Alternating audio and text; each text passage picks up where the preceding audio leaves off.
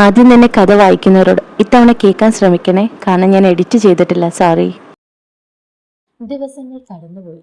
നാളെയാണ് വേദയ്ക്ക് പോകേണ്ടത്. അതിനുവേണ്ടി അവൾക്കുള്ള ഡ്രസ്സുകൾ ദർശൻ തന്റെ ഡിസൈനേഴ്സിനെ കൊണ്ട് തന്നെ എത്തിച്ചിരുന്നു. അവൻ അവൾക്ക് വേണ്ടി തിരഞ്ഞെടുത്തത് ഏറ്റവും മികച്ചത് തന്നെയായിരുന്നു. അവൾക്ക് വേണ്ട എല്ലാ കാര്യങ്ങളും കണ്ടും ചെയ്യുന്നത് ദൈവവുമായിരുന്നു. ഇതെല്ലാം വേദ സന്തോഷത്തോടെ തന്നെയായിരുന്നു നോക്കിക്കണ്ടത്. ദൈവമാണ് എല്ലാം പാക്ക് ചെയ്യാൻ കൂടുന്നത്. പാക്ക് ചെയ്യുമ്പോഴെപ്പോഴും വേദയുടെ കണ്ണുകൾ ദേവുവിലായിരുന്നു. കരയാൻ വിങ്ങിപ്പൊട്ടി നിൽക്കുന്നത് പോലെ തന്നെയാണ് അവളുടെ മുഖം. പക്ഷെ കരയില്ല എന്ന് വാശി പിടിച്ചതുപോലെ വേദയെ നോക്കി ചിരിച്ചുകൊണ്ടേയിരുന്നു. എന്നാൽ പോകാനുള്ള ദിവസം അടുത്തു വന്നതും വേദയ്ക്ക് ഇത്രയും ദിവസമുള്ള ധൈര്യമില്ലായിരുന്നു. മറ്റൊരു രാജ്യത്ത്, അത് താൻ ഒറ്റയ്ക്ക്, ഒപ്പം ദർശനെയും ദേവുവിനെയും വിട്ടുപോകുന്നതിൽ അവൾക്ക് ശരിക്കും വേദന തോന്നുന്നുണ്ടായിരുന്നു. അതിന്റെ ഫലമായി അവളുടെ മുഖം ആകെ വേദന കൊണ്ട് നിറഞ്ഞിരുന്നു. പെട്ടെന്നാണ് ദേവ് ചോദിച്ചത്, ഏട്ടത്തി പാക്കിംഗ് എല്ലാം കഴിഞ്ഞില്ലേ? കഴിഞ്ഞു. എന്നാ നമുക്ക് ഗാർഡനിൽ പോയാലോ? ദേവ് താല്പര്യത്തോട് ചോദിച്ചു. അത് കേട്ട വേദ, ഇപ്പോഴോ? ക്ലോക്കിൽ 9 മണിയായി. രാത്രിയാണ്. പക്ഷെ നാളെ മുതൽ എനിക്ക് ഈ സമയങ്ങളില്ലല്ലോ. അപ്പോ ഇപ്പൊ പോകുന്നതല്ലേ നല്ലത്? ദേവുവിന്റെ മുഖത്ത് വേദനയായിരുന്നു. അതിനാൽ തന്നെ വേദ തന്റെ മനസ്സിനെ ശാന്തമാക്കാൻ ശ്രമിച്ചുകൊണ്ടേയിരുന്നു. ശേഷം അവരിരുവരും ഒരുമിച്ച് ഗാർഡനിലേക്ക് പോയി. അവരുടെ പ്രിയപ്പെട്ട സ്ഥലത്ത് തന്നെ വേദയും ദേവുവും ഒത്തുകൂടി. വേദയുടെ തോളിൽ തലചായ്ച്ചിരിക്കുകയാണ് ദേവു. കുറെ സമയങ്ങൾ കഴിഞ്ഞതും ദേവു പതിയെ തലയുയർത്തി വേദയെ നോക്കി. എന്നിട്ട്, ഏട്ടത്തി, ഈ നിമിഷം വരെ എൻ്റെ മനസ്സിൽ ഏട്ടത്തി പോകരുത് എന്നൊരാഗ്രഹമാണുള്ളത്. പക്ഷെ ഏട്ടൻ എന്നോട് പറഞ്ഞത് ഒരുപാട് വേദനിച്ചിട്ടുണ്ട് എന്നും ഏട്ടത്തിയുടെ തീരുമാനത്തെ എതിർക്കരുതുമെന്നുമാണ്. ദേവുവിന്റെ വാക്കുകൾ കേട്ടതും വേദ അത്ഭുതത്തോടെ അവളെ നോക്കി. അവൾക്ക് വേണ്ടി ഇങ്ങനെ ഒരു കാര്യം ദേവുവിനോട് ദർശ സംസാരിച്ചു എന്നത് തന്നെ വേദയ്ക്ക് അത്ഭുതം നൽകുന്ന കാര്യങ്ങളൊന്നു തന്നെയായിരുന്നു. ദേവ് തുടർന്നു, ഏട്ടത്തി, ഞാനും അടുത്ത ദിവസം മുതൽ കോളേജിൽ പോകാൻ തീരുമാനിച്ചു. എൻ്റെ ജീവിതം ഒറ്റയ്ക്ക് കൊണ്ടുപോകണം എന്നൊരാഗ്രഹത്തിൽ. നന്നായി. വേദയുടെ വായിൽ നിന്ന് വന്നത് അങ്ങനെയായിരുന്നു. അത് കേട്ട ദേവ് പതിയെ അവളെ നോക്കിക്കൊണ്ട് ചോദിച്ചു, പക്ഷെ ഏട്ടത്തിയോട് എനിക്കൊരു കാര്യം പറ. വേദ സ്നേഹത്തോട് ചോദിച്ചു. ദേവ് പറഞ്ഞു തുടങ്ങി, ഏട്ടത്തിയുടെയും ഏട്ടൻ്റെയും കണ്ണിൽ ഞാനൊരു പ്രണയം കാണുന്നുണ്ട്. അത് പ്രണയമാണോ എന്നൊന്നും എനിക്കറിയില്ല. നിങ്ങൾ തമ്മിൽ അകന്നാലും എനിക്ക് ഉറപ്പുണ്ട് നിങ്ങളെ തമ്മിൽ ഒരുമിക്കുന്ന ഒരു കുറച്ചു കാലത്തെ യാത്രയെ മാത്രം ഇത് കണ്ടാൽ മതിയെന്ന്. ഉറപ്പായിട്ട് നിങ്ങളെ തമ്മിൽ ഒരുമിക്കും. ഞാൻ പറയുന്നത് തെറ്റാണോ ശരിയാണോ എന്ന് എനിക്കറിയില്ല. പക്ഷെ എൻ്റെ മനസ്സ് പറയുന്നു നിങ്ങളെ ഒരുമിക്കുമെന്ന്. അത് കേട്ട് വേദയുടെ കണ്ണിൽ അത്ഭുതം നിറഞ്ഞു. കാരണം കുറെ ദിവസങ്ങൾക്ക് മുമ്പ് വരെ അവൾ കണ്ടിരുന്ന ആ കുഞ്ഞു കുട്ടിയായ ദേവുവിന്റെ വാക്കുകളായിരുന്നില്ല ഇപ്പോൾ. ഒരുപാട് കാര്യപ്രാപ്തിയുള്ള ഒരു പെൺകുട്ടിയുടെ വാക്കുകൾ. അതിൽ തെറ്റോ ശരിയോ അത് ഒന്നും അറിയാതെ വേദ ഉരുകി. വേദയുടെ അവസ്ഥ മനസ്സിലായതിനാലാകണം ദേവ് പതിയെ അവളുടെ കാവിളിൽ ചുണ്ടുകളമർത്തി. അപ്പോഴേക്കും ദർശന്റെ കാറ് അവരുടെ ബംഗ്ലാവിലേക്ക് വന്നു. അത് കണ്ട് അവർ ഇരുവരും ഒരുമിച്ച് അവന്റെ മുന്നിലേക്ക് ചെന്നു. ദേവു ഓടി അവന്റെ നെഞ്ചിലേക്ക് ചേർന്ന് നിൽക്കുമ്പോൾ ദർശന്റെ മുഖത്ത് തന്നെയായിരുന്നു വേദയുടെ കണ്ണുകൾ. കുറച്ച് ദിവസമായി വേദയുടെ മുഖത്ത് പഴയതുപോലെ അവൻ നോക്കാറില്ല. അവന്റെ ആ പ്രണയം നിറഞ്ഞ കണ്ണുകൾ അവളെ തേടി എത്താറുമില്ല.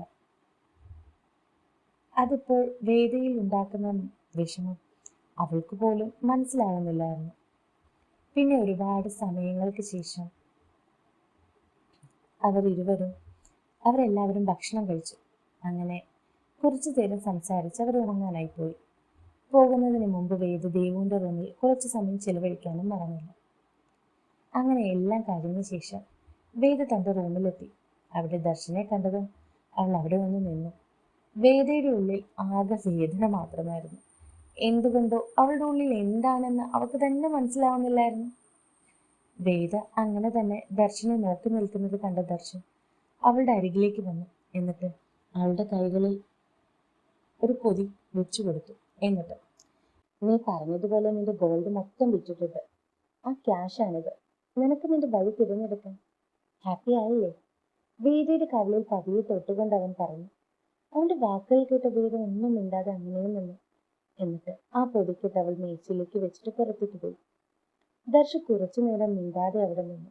എന്നിട്ട് വേദയ്ക്ക് അടുത്തേക്ക് ചെന്നു. വേദ പക്ഷെ ദർശ അരികിൽ വന്നിട്ടും വേദയുടെ കണ്ണുകൾ അവന് അരികിലേക്ക് പോലും പോയില്ല. അവളുടെ ഉള്ളിൽ ഒരു യുദ്ധം നടക്കുകയായിരുന്നു. കണ്ണുകൾ അടച്ചു നിന്നു വേദ. അവളുടെ ഉള്ളിൽ ആ പഴയ കാലഘട്ടമായിരുന്നു. വേദ പ്രണയിച്ച അവളുടെ കിച്ചുവിന് വേണ്ടിയുള്ള അവളുടെ പ്രണയം.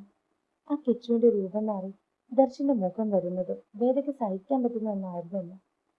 പക്ഷെ അവളുടെ ഉള്ളറിയാതെ വന്ന ദർശൻ അവളെ ബലമായി തന്റെ അരികിലേക്ക് പിടിച്ചിട്ട്, വേദ എന്നെ ഒന്ന് നോക്ക്, അത്രയും പറഞ്ഞത് ദർശനായിരുന്നില്ല. അപ്പോഴേക്കും പക്ഷെ പെട്ടെന്ന് അവന് മനസ്സിലാവുകയോ ചിന്തിക്കുകയോ ചെയ്യുന്നതിന് മുമ്പ് വേദയുടെ കൈ ദർശയുടെ കവിളിൽ ശക്തമായി പതിഞ്ഞു. എന്നിട്ട് ഞെട്ടി നിൽക്കുന്ന ദർശന്റെ കോളറിൽ പിടിച്ചു ഉലച്ചുകൊണ്ട് വേദ അവനെ നോക്കി. അവന്റെ മുഖത്ത് ദേഷ്യവും വേദനയും കണ്ട ദർശ വേദ എന്ന് വേദനയോടെ വിളിച്ചു.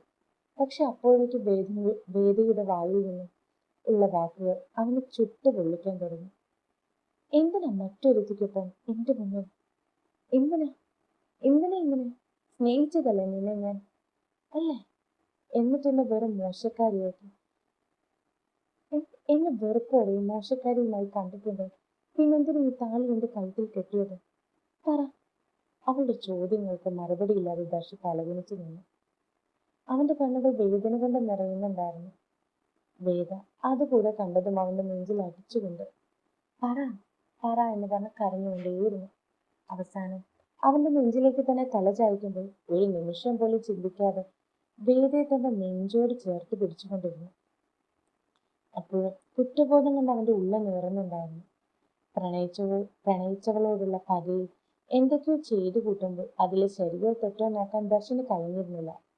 ഒരുപക്ഷെ അവനത് ശ്രമിക്കുമ്പോൾ പോലും അവന്റെ അമ്മ അതിലേക്ക് അവനെ വിടാതെ അവന്റെ ഉള്ളിൽ പകം നിറയ്ക്കുകയായിരുന്നു എന്ന് ദർശൻ ഇന്നറിയാം. എങ്ങനെയാണ് താൻ ഇത്രയും മോശപ്പെട്ട ഒരു സ്വഭാവത്തിലേക്ക് പോകാൻ കാരണം? അവരാണ് ധീര. ആ ഓർമ്മയിൽ അവന്റെ ഉള്ളിൽ ദേഷ്യവും പകയും നിറഞ്ഞുവെങ്കിലും തന്റെ നെഞ്ചിൽ ചേർന്ന് പൊട്ടിക്കരയുന്ന അവളെ ഓർത്തതും പിന്നെയും അവന്റെ ഉള്ളിൽ ആകെ വേദന നിറഞ്ഞു. ദർശ പതിയെ അവളെ തന്റെ മാറിൽ നിന്നും അടർത്തി മാറ്റി. വേദ ദേഷ്യത്തോടെ ദർശനെ നോക്കി. എന്നാൽ ദർശനെ നോക്കിയ ഒറ്റ നിമിഷത്തിൽ വേദയുടെ മുഖത്തെ ദേഷ്യവും പകയും മാറി അവിടെ പകപ്പോ വേദനയും നിറയാൻ നിമിഷങ്ങൾ മാത്രമേ വേണ്ടി വന്നുള്ളൂ. കാരണം ദർശന്റെ ചുവന്ന് കരഞ്ഞു നിൽക്കുന്ന മുഖവും അവന്റെ മുഖത്ത് തെളിഞ്ഞു നിൽക്കുന്ന കുറ്റബോധവും വേദനയും അത് വേദയ്ക്ക് നല്ല രീതിയിൽ മനസ്സിലാക്കാൻ കഴിയുന്നുണ്ടായിരുന്നു. പകച്ചു നിൽക്കുന്ന വേദയുടെ മുഖം കൈകളിൽ എടുത്തുകൊണ്ട് ദർശൻ, വേദ മാപ്പ്, തെറ്റു പറ്റിപ്പോയി, തിരുത്താൻ കഴിയാത്ത അത്രയും തെറ്റ്, എനിക്ക് വയ്യ, ഇനി നിന്നെയും കളയും, മൊത്തത്തിൽ തോറ്റു നിൽക്കുകയാണ് ഞാൻ, അതിൽ നിന്നും എനിക്ക് നീ ഇല്ലാതെ എനിക്ക് പറ്റില്ല. അന്നും ഇന്നും എനിക്ക് നിന്നോട് പ്രണയം മാത്രമേ ഉണ്ടായിരുന്നു. പക്ഷെ ആ പ്രണയം എപ്പോഴോ പകയിലേക്ക് പോയി. പക്ഷെ അവളോടുള്ള പ്രണയം ഒപ്പം തന്നെ അവന്റെ ഉള്ളിൽ അവളോടുണ്ടായിരുന്ന പകയും ഒരേപോലെ തുറന്നു പറഞ്ഞു. വേദ ഞെട്ടി നിൽക്കുകയാണ്. ദർശ തുടർന്നു, നീ പോയി വാ, വരണം, ഞാൻ കാത്തിരിക്കും. എനിക്ക് നിന്റെ പ്രണയം വേണം. ഇനിയുള്ള ഓരോ നിമിഷവും ഞാൻ കാത്തിരിക്കും നിന്റെ തിരിച്ചു വരവിന് വേണ്ടി. എത്ര വർഷമാണെങ്കിലും. പിന്നെ നീ എന്നെ അകന്നു പോകുന്നതിന് എനിക്കുണ്ടാകുന്ന വേദന എത്രത്തോളമാണ് എന്ന് നിനക്കറിയാം എന്നെനിക്ക് അറിയില്ല. പക്ഷെ അത് നിന്നോട് പറഞ്ഞു മനസ്സിലാക്കാനും എനിക്കറിയില്ല. എന്നാൽ ഇപ്പോൾ ഞാനത് അംഗീകരിക്കുകയാണ്. നീ ഇല്ലാതെ ഒരു നിമിഷം പോലും എനിക്ക് കഴിയില്ല. അതുകൊണ്ട് തന്നെ എനിക്ക് ഒരു ശിക്ഷയായിട്ടാണ് ഇനിയുള്ള ദിവസങ്ങൾ ഞാൻ കാണുന്നത്. ഇതെല്ലാം ഞാനൊരു ശിക്ഷയായിട്ട് തന്നെയാണ് കാണുന്നത്. എന്റെ സ്വപ്നങ്ങളും സന്തോഷങ്ങളും എല്ലാം കിട്ടി തിരികെ വരുമ്പോൾ ഞാൻ ഉണ്ടാകും ഇപ്പം നിനക്ക് വേണ്ടി, എന്റെ പെണ്ണിന് വേണ്ടി. ദർശന്റെ വാക്കുകളിലെ വേദനയും ആത്മാർത്ഥതയും കുറ്റബോധവും തിരിച്ചറിഞ്ഞ വേദയുടെ ഉള്ളിൽ സന്തോഷമാണോ സങ്കടമാണോ ദേഷ്യമാണോ എന്ന് പോലും തിരിച്ചറിയാൻ പറ്റാത്ത എന്തൊക്കെയോ വികാരങ്ങൾ കടന്നുപോയി. ആ ഞെട്ടി നിൽക്കുന്ന വേദയുടെ അരികിലേക്ക് വന്നിട്ട് ദർശ പതിയെ അവളുടെ കഴുത്തിലെ താലിയെ പതിയെ ഊരാനായി ശ്രമിച്ചു. എന്നിട്ട് പറഞ്ഞു, ഈ താലി നിന്റെ കഴുത്തിൽ വേണ്ട വേദ. ഇതിന് വെറുപ്പിന്റെയും വേദനയുടെയും കണക്കുകളുണ്ട്. അതിന് വേണ്ട. ആ താലി ഊരാനായി ശ്രമിച്ച ദർശനെ തടഞ്ഞുകൊണ്ട് വേദ പറഞ്ഞു. ആ ഒരു നിമിഷം മാത്രം മതിയായിരുന്നു അവന്റെ മുഖത്ത് സങ്കടങ്ങൾ മാറിയിട്ട് ചെറിയൊരു വെളിച്ചം വരാൻ. പിന്നെ ഒരുപാട് സമയം അവർ നിന്നില്ല. നാളെ രാവിലെയാണ് വേദിക്ക് പോകുന്നത്. അതുകൊണ്ട് തന്നെ അവർ തിരിച്ച് ഇരുവരും കിടക്കാനായി വന്നു. വേദി സോഫയിലും ദർശ ബെഡിലുമാണ് കിടക്കുന്നത്. ഇരുവരും ഉറങ്ങാതെ പരസ്പരം അങ്ങനെ നോക്കിയിരുന്നു. മനസ്സിലെന്ന് എന്താണെന്ന് അവർക്ക് തന്നെ തിരിച്ചറിയാൻ കഴിയുന്നുണ്ടായിരുന്നില്ല. പതിയെ അവരുടെ കണ്ണുകളിൽ മയക്കം വന്ന് കണ്ണുകൾ അടഞ്ഞു. രാവിലെയായി. ഇന്നാണ് വേദ പോകുന്നത്. രാവിലെ ഭക്ഷണമെല്ലാം കഴിഞ്ഞ് അവർ വേഗം തന്നെ പോകാനായി തയ്യാറായി. രാവിലെ 10 മണിക്കാണ് വേദയുടെ ഫ്ലൈറ്റ്. ഇപ്പം തന്നെ സമയം ഒരുപാടായി.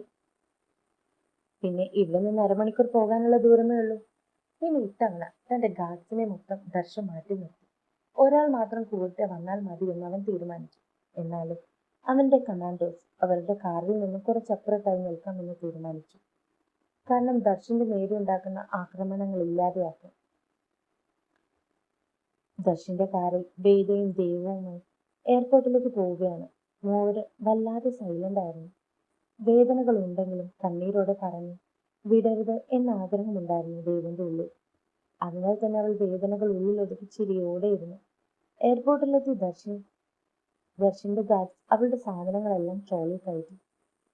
സാധനങ്ങളെല്ലാം കയറ്റി വേദ നോക്കുമ്പോൾ തന്നെ നോക്കി നിൽക്കുകയാണ് ദേവു. വേദ മറ്റൊന്നും ചിന്തിക്കാതെ അവളെ തന്റെ നെഞ്ചിലേക്ക് നിർത്തി ചുണ്ടുകൾ അമർത്തി. പക്ഷെ മറ്റൊന്നും പറയാൻ നിന്നില്ല. ഇനിയും നിന്നാൽ തന്റെ കയ്യിൽ നിന്നും തന്നെ നിയന്ത്രണം നഷ്ടമാവുമെന്ന് വേദിക്ക് മനസ്സിലായി തുടങ്ങി. അവൾ യാത്ര പറയാൻ എന്നതുപോലെ ദർശന്റെ മുഖത്തേക്ക് നോക്കി. അവിടെ ഇപ്പോഴും എന്നും ഉള്ളതുപോലെ ഗൗരവം തന്നെയാണ്.